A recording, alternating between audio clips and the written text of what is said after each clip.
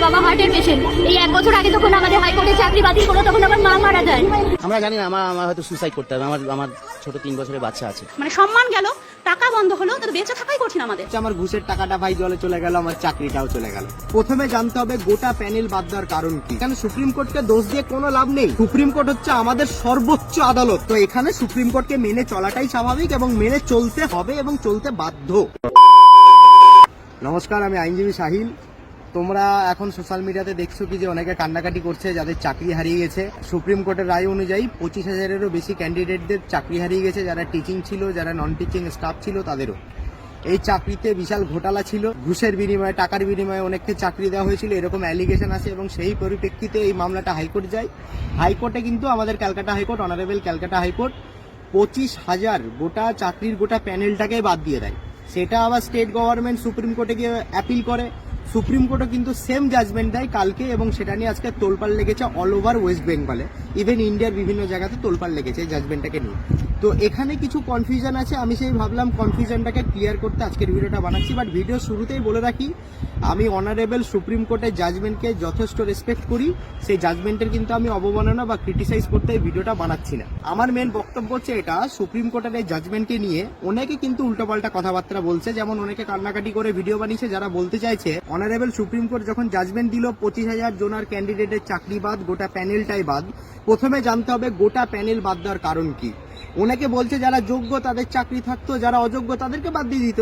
Main problem হচ্ছে এটা, court কিন্তু প্রমাণ দেখে, প্রমাণ ছাড়া আইন কিন্তু অন্ধ। জাজ is blind, court is blind. আমরা ছোটবেলা থেকে দেখে এসেছি কি যে ওই মূর্তির এখানে একটা কিন্তু কালো কালো একটা কিন্তু ফিতে বাঁধা থাকতো, যাতে আইন সবার জন্য সমান। আইন অন্ধ, আইনকে প্রমাণ দিলে আইন সাজা দেবে, আদারওয়াইজ আইন সাজা দেবে না। এখন মূর্তিটা সুপ্রিম কোর্টে চেঞ্জ হয়ে গেছে, কিন্তু যদিও আমি তোমাকে একটা কথা বলে রাখি, সেটা হচ্ছে কোর্টকে যদি যথাযথ প্রমাণ না দেওয়া যেতে পারে কি যে কে যোগ্য কে অযোগ্য, তাহলে তো গোটা প্যানেলটাই বাদ হবে। এবার ঘটনা হচ্ছে কি যে আমাদের স্টেট গভর্নমেন্টের যে অ্যাডভোকেট ছিল, সে ওএমআর সিট, মানে স্টেট গভর্নমেন্টের দায়িত্ব ছিল ওই ওএমআর সিটগুলোকে গিয়ে সুপ্রিম কোর্টের কাছে দেখানো যে কে যোগ্য কে অযোগ্য।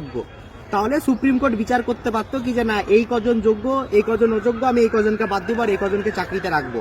কিন্তু স্টেট গভর্নমেন্ট সেইটা কোর্টে ঠিকঠাক ভাবে প্রডিউসই করতে পারেনি। এবার যদি কোর্টকে পুরো ডিটেলস, পুরো তথ্য যদি প্রমাণ না দেয়, তাহলে কোর্ট কি করবে? কোর্ট তো গোটাটাকে বাদ দিবে না। কোর্ট অবজার্ভ এটাই করেছে কি যে এই যে কারেকশন, এটা একটা বিরাট বড় কারেকশন হয়েছে এই সিস্টেমে, প্রচুর বড় ঘোটালা হয়েছে।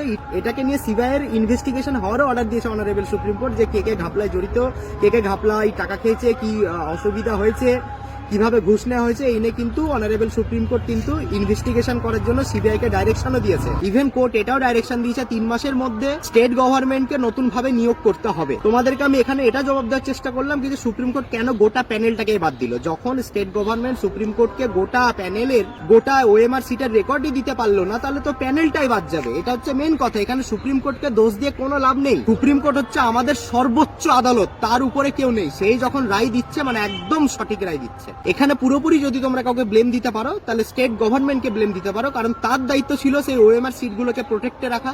তার দায়িত্ব ছিল কি যে যেগুলো ওর প্রোটেকশন আছে সেগুলো কোর্টকে দেখানোর। সে হয়তো দেখাতে পারেনি, সে হয়তো ফেলিওর হয়েছে, তাই আজকে বাংলার মানুষদেরকে এইভাবে সাফার করতে হচ্ছে।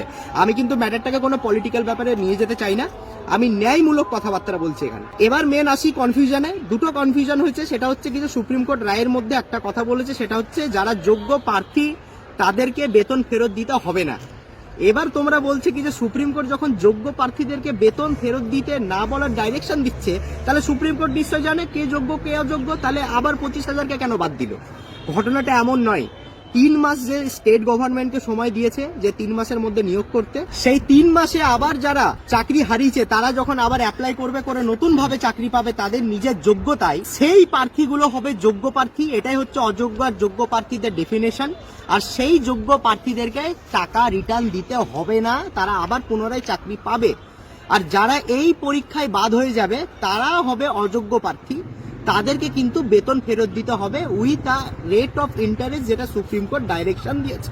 এই হলো মেন ফান্ডা, কে অযোগ্য আর কে যোগ্য সেটা এই 3 মাসের মধ্যে নির্বাচিত হবে। মেন কনফিউশনটা আমি ক্লিয়ার করতে পারলাম, যেটা নিয়ে এখন মেন কনফিউশন সেটা আমি তোমাদেরকে বললাম। এবার আসি যারা কান্নাকাটি করছে, যাদের খুব বাজে দুরবস্থা, তাদেরকে বলতে চাই, তোমরা যারা কান্নাকাটি করছো, কষ্ট পাচ্ছ, তাদের মধ্যে 2 রকম লোক আছে। একটা হচ্ছে যোগ্য লোক, যারা সত্যিকারের খেটে পড়াশোনা করে চাকরি পেয়েছিলে, আর একটা হচ্ছে অযোগ্য লোক, যারা ঘুষ দিয়ে চাকরি পেয়েছিল তারা ভাবছে আমার ঘুষের টাকাটা ভাই জলে চলে গেল, আমার চাকরিটাও চলে গেল। দেখো ভাই, ভুল করে অন্যায় করে আজ পর্যন্ত আইনটা এমনই জিনিস, আজ না হলে কাল এই যে 2016 প্যানেল, আজকে 2025 সাল হলেও আজ প্রায় 9 বছর পরেও হলেও দেখো আজকে বিচার গেল। এইটা হচ্ছে বিচার ব্যবস্থা। আমাদের বিচার ব্যবস্থা প্রচুর ডিলে হয়, কিন্তু আমাদের বিচার ব্যবস্থা এখনো সঠিক রয়েছে। আর যারা যোগ্য প্রার্থী তারা কান্নাকাটি করো না। দেখো, সুপ্রিম কোর্টের যেটা আদেশ সেটা আমাদের সকলকে মেনে চলতেই হবে, কারণ সুপ্রিম কোর্টের আদেশের উপর আর কেউ আদেশ দিতে পারে না, একজনই পারে, সেটা হচ্ছে প্রেসিডেন্ট। বাট প্রেসিডেন্টের কাছে গিয়ে কোনো লাভ হবে না, বিকজ প্রেসিডেন্ট এটা সুপ্রিম কোর্টের এগেনস্টে আমার ব্যক্তিগত মনে হয় যাবেই না। তো এখানে সুপ্রিম কোর্টকে মেনে চলাটাই স্বাভাবিক এবং মেনে চলতে হবে এবং চলতে বাধ্য। এবার ঘটনা হচ্ছে, যারা কান্নাকাটি করছে, যারা সঠিক যোগ্য প্রার্থী, তাদেরকে একটা কথাই বলবো, তোমাদের ইমোশনকে আমি খুব রেসপেক্ট করি এবং আমি তোমাদের কষ্টটাও বুঝতে পারছি কি যে কত বছরের মেহনত হওয়ার পরে আজ প্রায় এত বছর চাকরি করার পরে চাকরি চলে যাচ্ছে, তার কতটা কষ্ট হবে, তার বাড়িতে বাচ্চা, তার গোটা সংসার, তার গোটা লোন, তার গোটা ঘর, সমস্ত কিছু চাকরির উপর ডিপেন্ডেন্ট ছিল। তোমাদেরকে বলবো যারা যোগ্য প্রার্থী তারা আবার, আমার এইটুকু আমার তরফ থেকে ভরসা আছে কি যে তোমরা আবার অ্যাপ্লাই করো। এইটাই খারাপ লাগছে কি যে আবার অ্যাপ্লাই করতে হবে, আবার নিজেকে প্রমাণ দিতে হবে কি যে আমি যোগ্য, তারপরে চাকরি পাবে, এটাই হয়তো খারাপ লাগছে।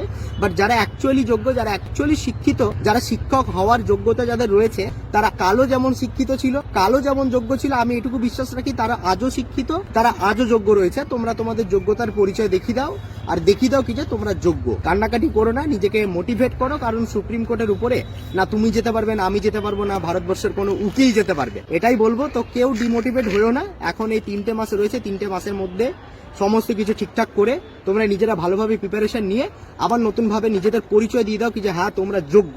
এটাই হবে মেন খেলা। তো দয়া করে কেউ কান্নাকাটি করো না, তোমাদের প্রত্যেকের ইমোশনকে আমি যথেষ্ট রেসপেক্ট করি। তো আমার তরফ থেকে একজন দায়িত্বশীল উকিল বাবু হয়ে তোমাদের জন্য এইটুকুই মেসেজ দেওয়ার ছিল, কেউ দাঙ্গা ছড়িও না, কেউ ম্যাটারটাকে পলিটিক্যালি নিও না। যারা পলিটিক্যালি ব্যবসা খেলার চেষ্টা করছো তাদেরকে বলবো ভাই, এই পার্টি ওই পার্টি দেখে লাভ নাই, সব পার্টিতেই ঘাপলা রয়েছে। তো তোমরা নিজেরা নিজেদের ফায়দা বোঝো, আম জনতাদের পাশে খুব কম লোক দাঁড়ায়, নিজের ফায়দা নিজে বোঝো, নিজের জন্য ভালো কাজ করো এবং ভালো দিকে এগিয়ে যাও।